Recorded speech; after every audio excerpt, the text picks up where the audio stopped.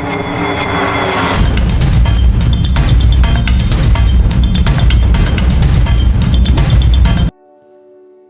રામ ખેડૂત મિત્રો, હું આપનો દોસ્ત રવિ સોલંકી તમારું સ્વાગત છે અમારી આ યુટ્યુબ ચેનલમાં। તો ખેડૂત મિત્રો, આજે આપણે વાત કરવાના છે કપાસમાં બમ્પર ઉત્પાદન લેવા ફોસ્ફરસ અને પોટાશનું કેટલું મહત્વ છે તેની। તો ખેડૂત મિત્રો, ઘણા ખેડૂત મિત્રો જાણતા જ નથી કે આપણા કપાસના પાકમાં ફોસ્ફરસ અને પોટાશ આપવું કે ન આપવું, આપવું તો કેટલું આપવું અને ક્યારે આપવું, તો તેની તમામ માહિતી આ વિડીયોમાં આપવાની છે।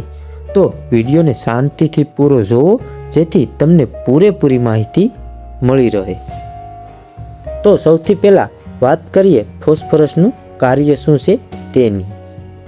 તો ફોસ્ફરસ આપણા કપાસના પાકની અંદર મૂળનો વિકાસ કરે અને કપાસના પાકમાં વૃદ્ધિ વિકાસના તબક્કે ડાળીઓની અંદર જે કોષ વિભાજન થવું જોઈએ તેમાં પણ ફોસ્ફરસનું મહત્વ છે।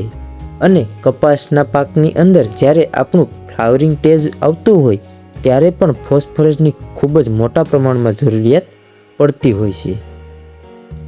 ને હવે વાત કરીએ કપાસના પાકની અંદર પોટાશનું શું કાર્ય છે તેની। તો કપાસના પાકની અંદર પોટાશ આપવાથી કપાસના પાકની રોગપ્રતિકારક શક્તિમાં વધારો થાય છે અને રોગ જીવાત ઓછા આવે છે।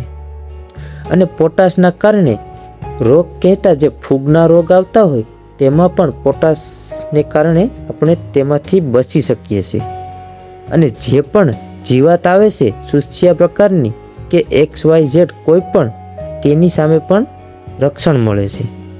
અને પોટાશ કપાસના પાકને વધુ પડતી ગરમી કે વાતાવરણની વિપરીત અસરથી પણ બચાવે છે। અને કપાસના પાકની અંદર આપણે કેરી એટલે કે ઝીંડવાની સાઇઝ છે એને પણ વધારવાનું કામ પણ પોટાશ કરે છે। એટલે કપાસના પાકની અંદર પોટાશ બહુ મોટામાં મોટી જરૂરિયાત રહેતી હોય છે અને ફોસ્ફરસની પણ ખૂબ જ મોટા પ્રમાણમાં જરૂરિયાત રહેતી હોય છે। તો આ થઈ ફોસ્ફરસ અને પોટાશ શું કાર્ય કરે તેની વાત। હવે આપણે વાત કરીએ ફોસ્ફરસ અને પોટાશ આપણા પાકને આપવું કે નહીં। તો હા, આપણા કપાસના પાકને ફોસ્ફરસ અને પોટાશ આપવું ખૂબ જ જરૂરી છે। તો હવે કેટલું આપવું અને ક્યારે આપવું તેની વાત કરીએ તો જ્યારે કપાસનું વાવેતર કરવાનું હોય તે પહેલાં એટલે કે પાયામાં 12 થી 15 કિલો DAP અને તેની સાથે 18 થી 20 કિલો મ્યુરેટ ઓફ પોટાશ પ્રતિ વીઘે જે 16 ગુઠાનો વીઘો આવે તેમાં પાયાના ખાતર તરીકે આપી દેવાનું।